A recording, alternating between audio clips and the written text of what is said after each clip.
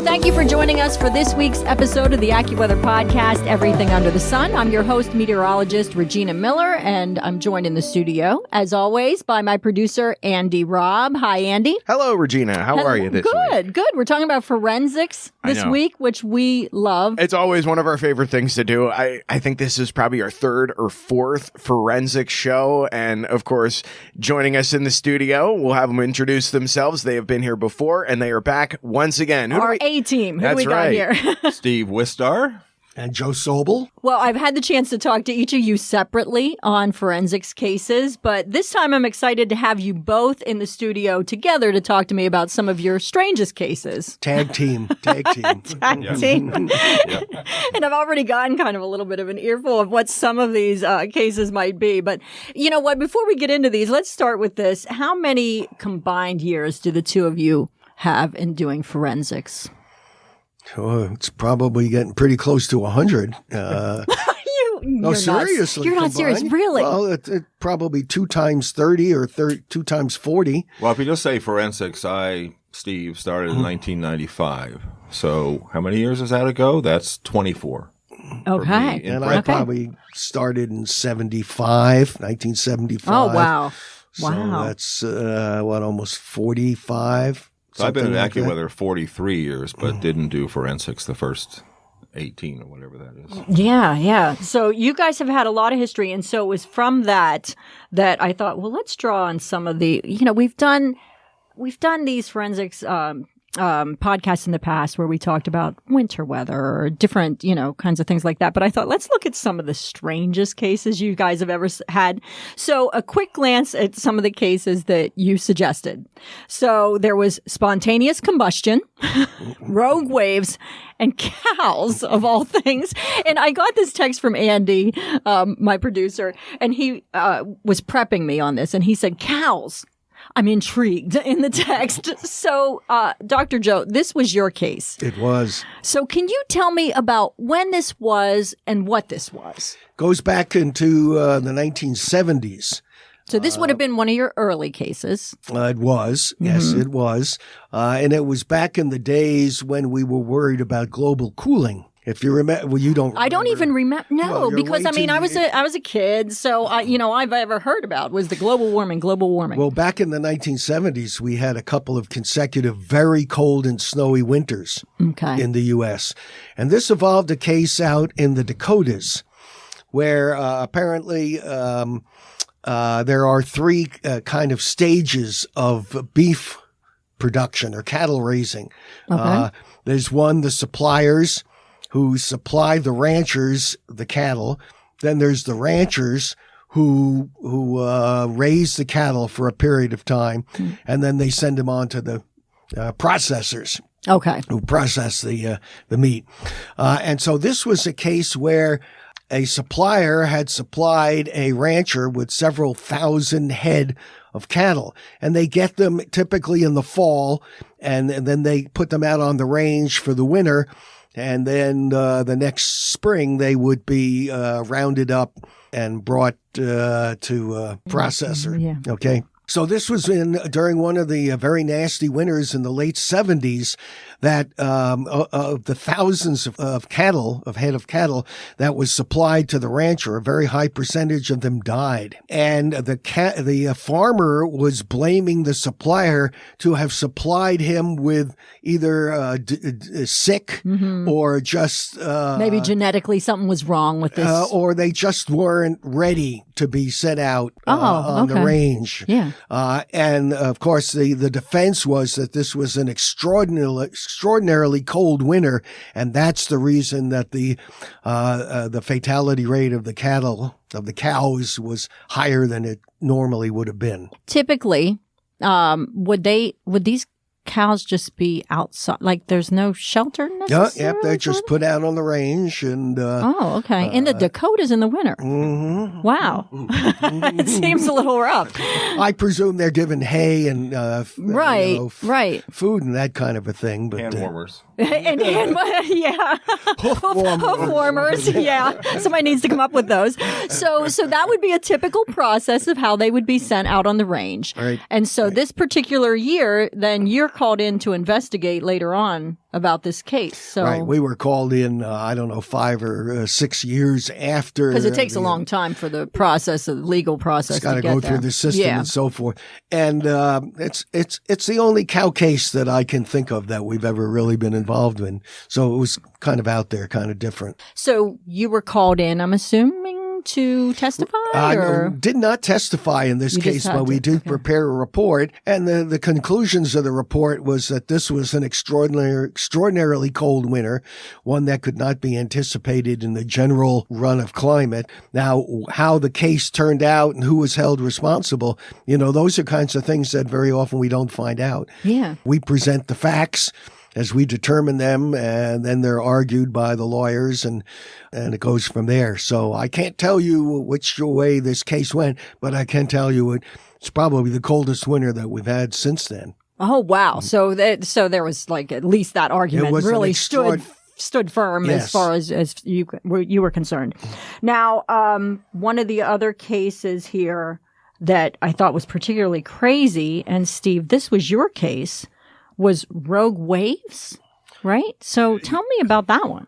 Yes, we got a call one day from a Chicago attorney saying he represented some people that were taken out in a fishing boat off Chicago into Lake Michigan to go fishing in late spring, and the boat was sank by a rogue wave caused by a wake low. And I say those things carefully because I hadn't really. Well, it's a little bit of a tongue twister for one It's a bit thing. of a tongue twister to begin with, and Right. am I hearing correctly? Right. Is that, I had heard of a wake low as a meteorologist. It's a rare phenomena. I can explain it if you wish. Actually, I'd kind of like to know what that is because. And then also the rogue wave question, like, do rogue waves actually exist, or is that just a mythical thing? And do they exist on Lake Michigan? So I was filled with questions. Right. Well, about this rogue case. waves, I was going to say, because rogue waves, this is a separate thing, but like I remember the song, the Edmund Fitzgerald, because wasn't that like, That probably met they the talked about criteria. it being about a rogue wave. So I just Yes. kind of always assumed that there was Yeah, that was pretty like good Superior. argument in favor of those. But so tell me first about the wake low. Okay, so when you have a line of thunderstorms, with the line of thunderstorms comes a little bubble of high pressure. That's because when the storm goes by, you feel the cold air. Cold air is heavier than warm air. So if you look at a detailed weather map, there'll be a little high pressure area. Then in the wake of that high pressure comes a little low pressure area behind the whole system that normally does nothing, and no one would ever notice it unless you're a meteorologist very carefully watching your barometer fall a very small amount when the wake low comes by. But for reasons I'll never understand, 1 out of every 10,000 times, that wake low separately becomes so strong that it can cause damaging winds and blow down trees and have wind gusts to 60 or 70 miles per hour. It's a very rare event, and it's very surprising at times because the storms have already gone through, the sky is brightened, the rain is over, you think everything's done, and then you get a 70-mile-an-hour wind gust. Right. So on a particular day, this particular day in northern Illinois, there was a line of thunderstorms moving west to east, and behind it, an hour later, was this wake low. Oh, it's that mumuch later because I was significantly assuming later. that it was maybe like 15, 20 minutes. But. So what happened in this case is the fishing boats, the boaters, the initial line of storms went through. The Weather Service gave the all clear. Out go the boats, go fishing. And then this trailing wake low was blowing down trees across northern Illinois. And the Weather Service did a good job in this case of putting out a marine warning, like, all the boats should get back to harbor because there's high winds coming. And that indeed did happen. So as this system moved across, in this particular case, the captain was so intent on finding the perfect fishing spot that he never listened to the radio. And so he had 6 paying customers on the boat, 7 people total. Oh, wow. And they never heard the warning to return to port. And so they were a few miles offshore in the lake, and these very high winds came. And one of the passengers, and I should say they all survived, but good. one of the passengers had a lot of experience on the water and gave this amazing deposition with so much detail. So I learned that when this storm came along, 3 big waves hit the boat. The first wave put a lot of water in the boat. The second wave completely filled the boat up with water. Wow. And the third big wave, when that rolled through, the boat sank out from under the 7 people, and they were left floating in 47-degree Lake Michigan water in late spring with only some flotation cushions or something to hang on to. And they barely survived. They were there about 45 minutes in the water, and finally the Coast Guard helicopters came and plucked them out. And when they returned to shore, they sued the heck out of the boat captain for causing this. Or, they barely survived. Right. And so meanwhile, I'm working this case, and I had to do all this research on rogue waves and wake lows. So I got some understanding of what a wake low was. And then the rogue wave question, rogue wave, there is a... Was that presented by the defense for the captain, was the rogue wave? The attorney who called us represented the plaintiffs, the passengers, the paying customers. And that's what he said was what happened. A rogue wave caused by a wake low. It was a very serious situation. Turned out that based on the testimony of that one passenger, the waves probably fell a little bit short of rogue waves. There is an actual definition, it's arbitrary, of what a rogue wave is. And it's so first of all, you take all the wave heights and you look at the 1/3 greatest wave heights, and you average that together and get a number, and that's called a significant wave height. And then somebody decided this. You multiply that height by 2.2, and if it's bigger than that, it's a rogue wave. So that's an arbitrary definition. It seems like on this particular day, the waves fell a little short of official rogue wave definition that hit this boat off of Chicago. It doesn't really matter. It's semantics, in my opinion. Right, because, it was still a big enough wave to take down that boat. Absolutely. Right. And so I spent 3 or 4 weeks studying all this and getting all the information. And it was like a graduate level course in wake lows and rogue waves. And finally, I walk into the AccuWeather office like a month later. I'm ready to call the attorney in Chicago, brimming with all this knowledge. Right. And that same morning, the attorney calls and says, "Stop all work. The case is settled. They've reached agreement. There will be no further work needed." But I had done many hours of work, so we sent him a nice large bill. I bet. And I was going to say, you'd be surprised how often that happens. It does happen. Does it really? Yeah. Like, are there other examples? Like when? Well, I was just called a month or so ago to testify on a matter in the Philadelphia area, which is about 4 to 5 hour drive from State College, and I drove down there with a couple of trainees, and we all went down and met the attorney. And the attorney says, "Well, because of this and because of that, I've decided not to call you. Have a nice trip back to State College." So they pay for all that. Absolutely. Yeah, Absolutely. So that does happen. That's all part of it. Were there ever any cases where you're just like, because I said these are kind of crazy cases, like who would ever think that you're doing something about cows and that type of thing? But was there any case where you're just like, this is ridiculous, or this is too crazy, or we're not going to take this? Has that ever happened? I'll let Steve answer that one. I don't remember. I can't specifically remember right now a case we completely turned down. It seems like we usually have something to say. Mm-hmm. There are cases I know where I'll let the potential client know there's only so much we can do. For example, if there's a highway accident in dense fog way out in some rural location far away from any weather observations, we might be able to be helpful to the extent that we can tell them, yes, in general, the conditions supported the development of fog, but there's no way we're going to be able to know the visibility in a patch of fog in an isolated intersection somewhere. The people who are actually there are going to be able to tell that better than we would from data from an airport 10 miles away. So there are times like that where I find myself telling a potential client, well, we can only go so far, we can only help you so much. But attorneys are really good at taking even, a little bit of information and creating, spinning. And you're trying to create doubt, or you're trying, or just spin some storyline out of that. And so I find most times they'll go forward anyway and say, okay, well, we can get something out of that that's useful. There are cases like that, but there also are cases that are when we look at the weather, they are so obvious that the attorney that has contacted us has no case. Oh, so you have to tell him, look. We have to tell him, look, this is what the weather is. Yeah. If you proceed with this, you're probably going to lose. Well, the question is, how can this possibly help you? Yes. It seems to us that all we could do is hurt you. Mm-hmm. And in that would be told verbally, preliminarily. And in that case, the attorney would probably tell us, well, hey, that's very useful information for me to know. It's better for he or she to learn that from us than during trial.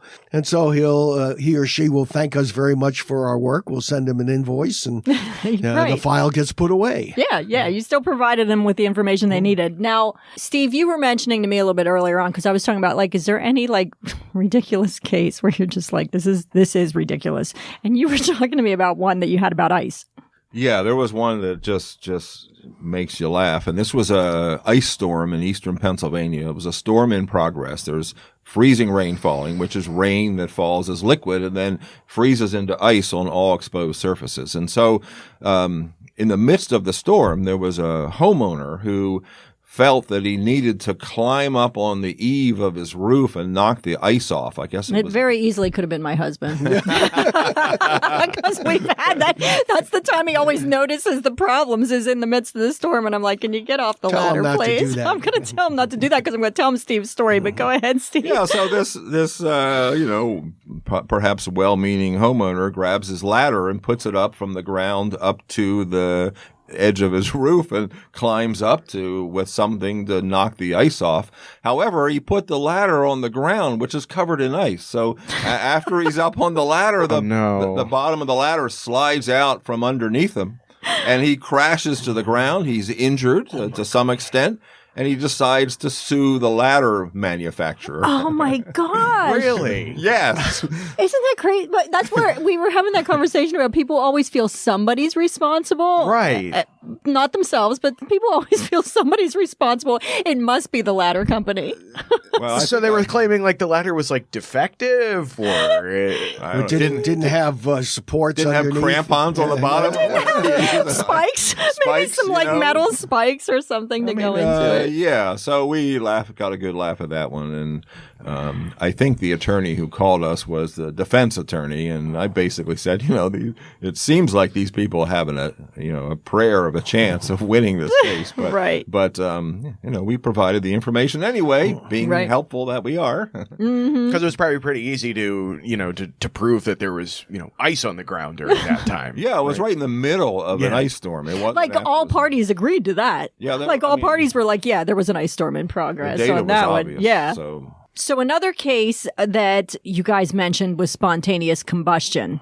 And so it wasn't the Michael Jackson case. Remember that? Do you remember that one when his hair caught fire? Wasn't somebody help me out here? Ken, Andy, do you guys remember that? Yes, I do. Remember that. That's right. Yeah. Wasn't there an issue of spontaneous combustion? He was filming a Pepsi commercial. Yeah. Exactly. Yeah, that's right. That's right. Yeah, and then how did Ken. He was shooting a music video at the time, and it was for a Pepsi commercial, and it was the pyrotechnics. Right. That he was, they were filming because it was like a concert scene. Yes, his hair caught on fire. His hair caught on fire, and somebody tried to say it was spontaneous. There was some I don't remember that part of it. What? Yeah, that may be in Regina's world. Yeah, I thought that there was something that somebody tried to make the argument that it was some kind of spontaneous combustion more from the likely heat or something. Hair gel or hairspray. So anyway, that wasn't this case. But so what was the spontaneous combustion case you guys had? Okay, so we were called by an attorney from Canada, actually, Ontario somewhere.